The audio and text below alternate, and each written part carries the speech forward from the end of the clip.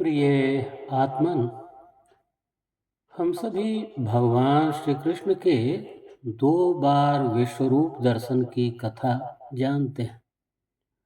जब वे कौरवों के पास संधि प्रस्ताव लेकर गए थे तो दुर्योधन ने न केवल मना किया बल्कि भगवान को कैद करने की कुचेष्टा में लग गया था।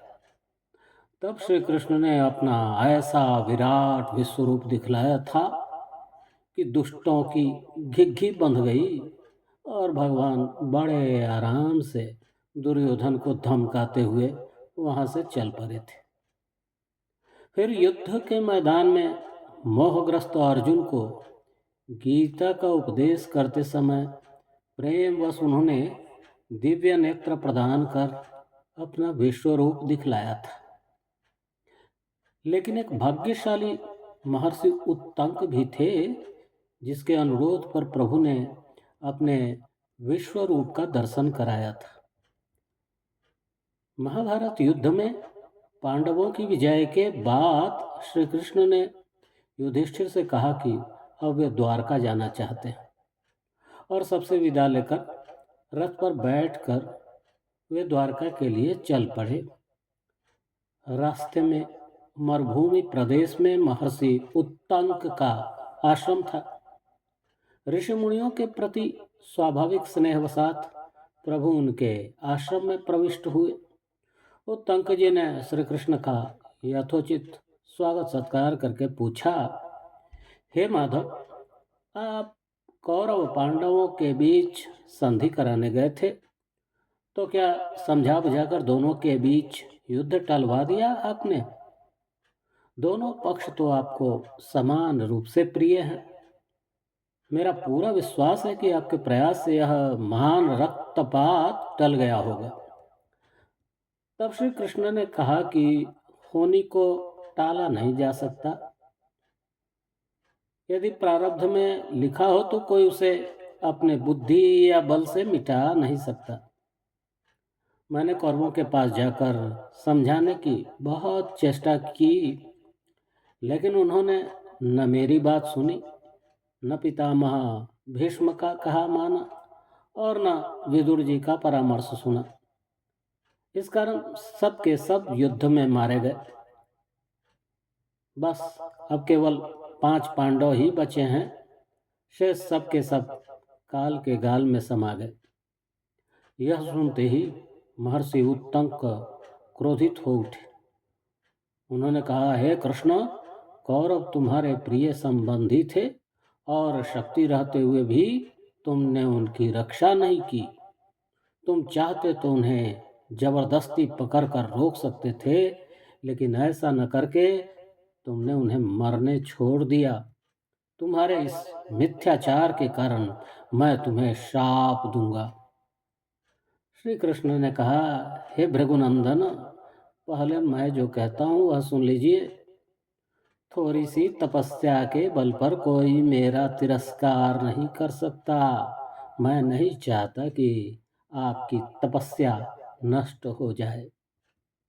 जिन्हें सत, असत, व्यक्त, अव्यक्त, क्षर और अक्षर कहा जाता है, वह सब मैं ही हूँ।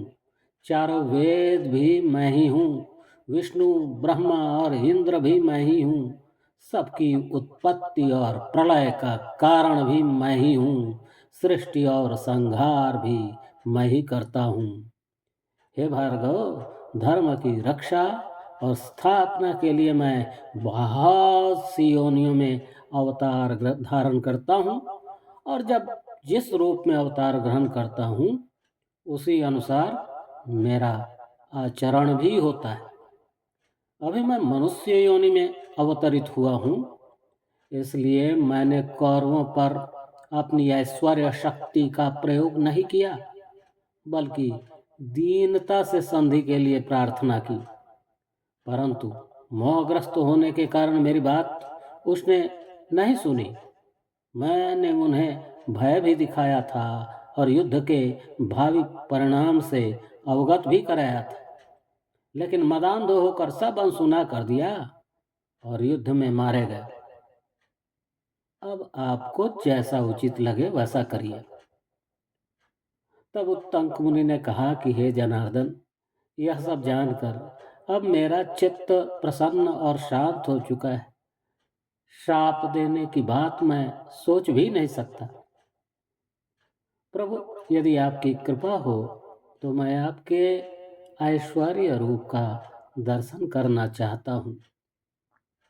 तब प्रसन्न चित्त भगवान श्री कृष्ण ने उन्हें अपना विश्वरूप का दर्शन कराया, जिसे युद्ध के आरंभ में अर्जुन ने देखा था।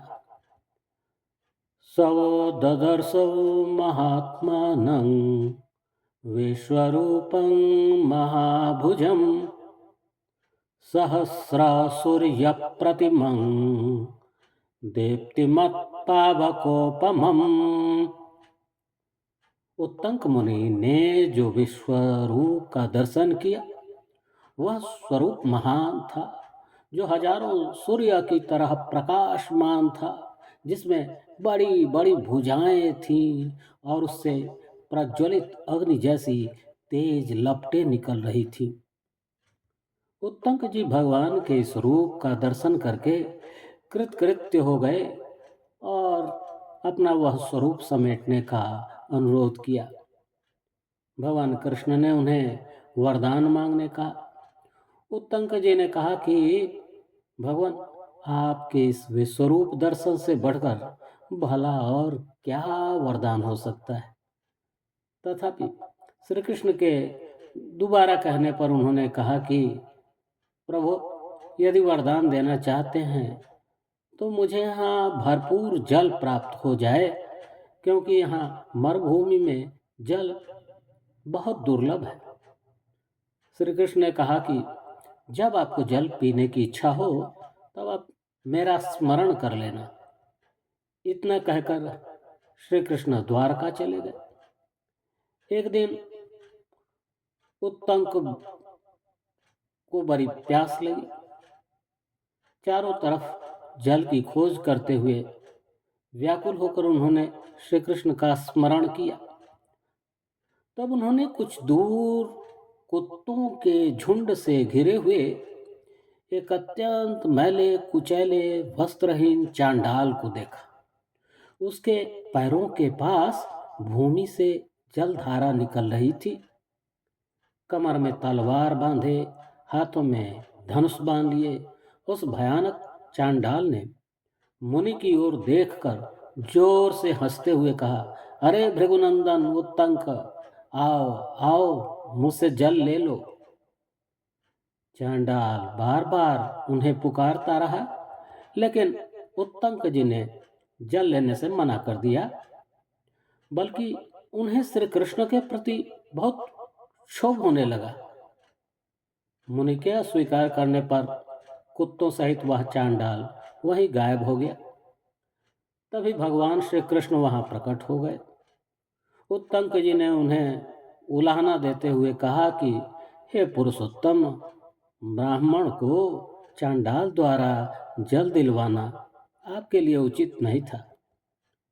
तब श्री कृष्ण बड़े मीठे स्वर में बोले, हे भृगुनंदन, इंद्र से कहकर जल के रूप में मैं आपको अमृत दिलवाना चाहता था।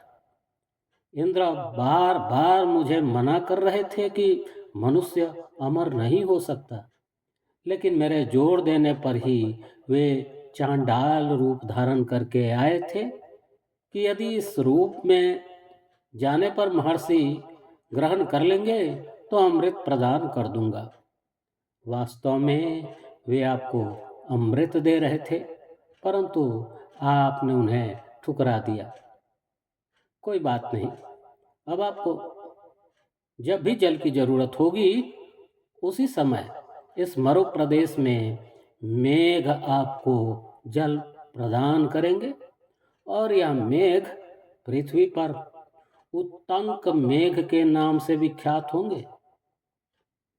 इस प्रकार महर्षि उत्तंक पर अनुग्रह करके श्री कृष्ण वहां से अंतर्धान हो गए और यह तीसरी बार विश्वरूप दर्शन महर्षि उत्तंक को हुआ था। जय श्री कृष्ण।